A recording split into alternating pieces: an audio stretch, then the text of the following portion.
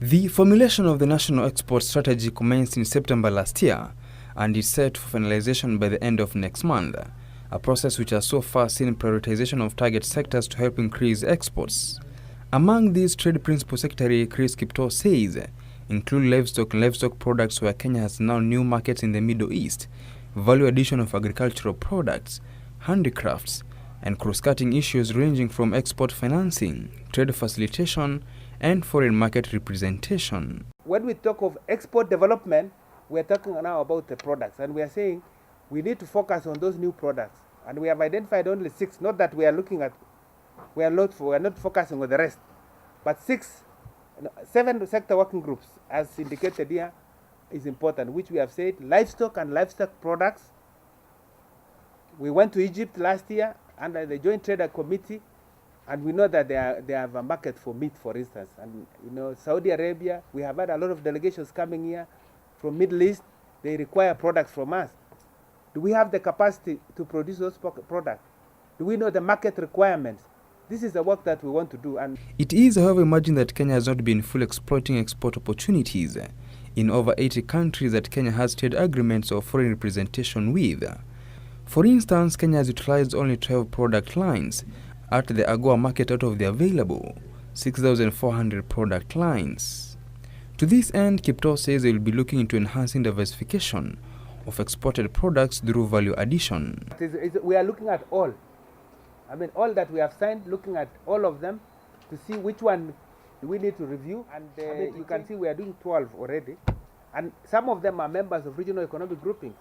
So we are already, like EU is 27. Africa, you have COMESA 19, add that. We have EAC, then we have TFTA, which is 26 countries. We are doing CFTA for the whole of Africa. So, and then AGOA is that. So the rest of bilateral, they are now becoming much fewer. But even within each bloc, we still focus on individual countries.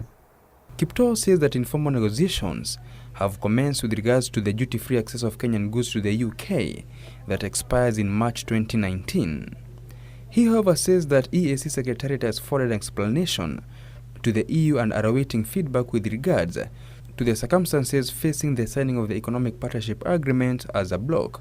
No formal negotiations have started with UK, but we have done informal. And I was even in London just 3 weeks ago on the same. We are making good progress, and we are hoping to get EPA, what we call EPA Plus, if possible. But if not, we get the same terms as what we are enjoying at the moment. EAC summit decision that instructed the chair of the summit to go to EU and communicate the EAC circumstances in regard to EPA. And President Museveni did meet the president of EU, had nice discussions. When we came out of there, having presented the EAC circumstances. So EU is reviewing those and will get back to us. Until that time, I don't think I can talk much about that. The only thing is that we have assurance that from EU that Kenya is safe under market access regulation, which is a regulation that was done for countries negotiating EPA, but do not fall under what we call least developing countries. We are a developing nation. So if you are a developing nation still negotiating EPA and you want to access to duty-free, quota-free, you allowed that. So this under what we call market access regulation number 1528, which governs us and other countries that are in the same category like Kenya. According to Kiptoo, export of Kenyan goods such as avocados to South Africa that had been halted has since resumed under both the tripartite free trade agreement and the Southern Africa Development Community arrangements.